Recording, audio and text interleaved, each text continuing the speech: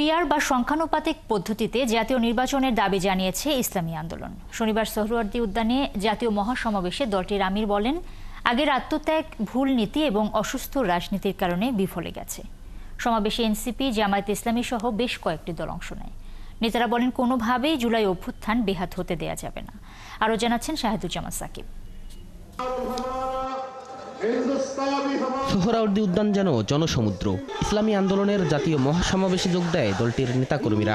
সংস্কার, বিচার ও পিআর পদ্ধতিতে নির্বাচনের দাবিতে এবং দেশ ও ইসলাম বিরোধী সকল ষড়যন্ত্র, চক্রান্তের প্রতিবাদে এই মহাসমাবেশ আয়োজন করে দলটি।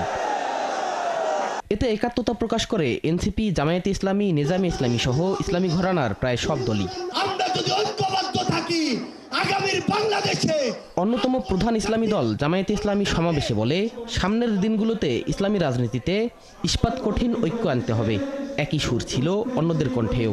মুসলিম জাতি সত্তা মূল্যবোধ রক্ষার জন্য আল্লাহ তাআলার দ্বীনকে পার্লামেন্টে নিয়ে ন্যায় বিচার, সুশাসন, বৈষম্যহীন এক নতুন সমৃদ্ধ মানবিক বাংলাদেশ গড়ার জন্য আমরা ঐক্যবদ্ধ থাকব।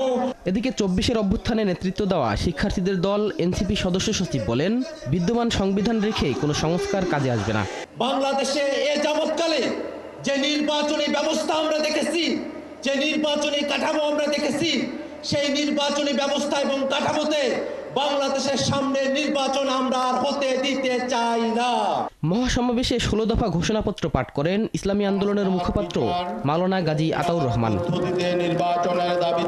সভাপতির বক্তব্যে দলটির আমির বলেন, জুলাই অভ্যুত্থান নতুন বাংলাদেশ গড়ার মূল মন্ত্র।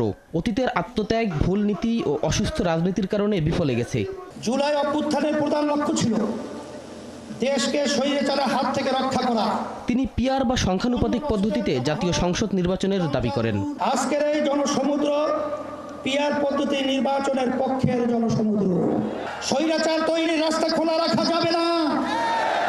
সংস্কার না করে নির্বাচন আয়োজন করে দেশকে আবারও আগের অবস্থায় নিয়ে যাওয়া যাবে না।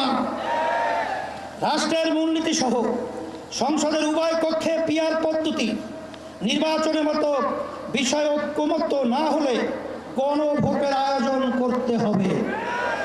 মহাসমাবেশে হিন্দু মহাজোট, হিন্দু বৌদ্ধ খ্রিস্টান অ্যাসোসিয়েশন সহ অন্যান্য ধর্মের বেশ কয়েকটি সংগঠনও যোগ দেয়। ইসলামী আন্দোলনের আজকের এই মহাসমাবেশ থেকে ইসলামী দলগুলোর ঐক্যবদ্ধ থাকার কথা পুনর্ব্যক্ত হয়েছে আরো একবার। পাশাপাশি জোরালোভাবে উচ্চারিত হয়েছে পিআর পদ্ধতিতে নির্বাচনের কথা। আগামী জাতীয় নির্বাচনের আগে ইসলামী দলগুলোর ঐক্য কতটা জোরালো হয় কিংবা নির্বাচনে তাদের এই ঐক্য কতটা ফলপ্রসূ হয়, সেটি এখন দেখবার বিষয়। শাহেদুজ্জামান সাকিব, ৭১, ঢাকা।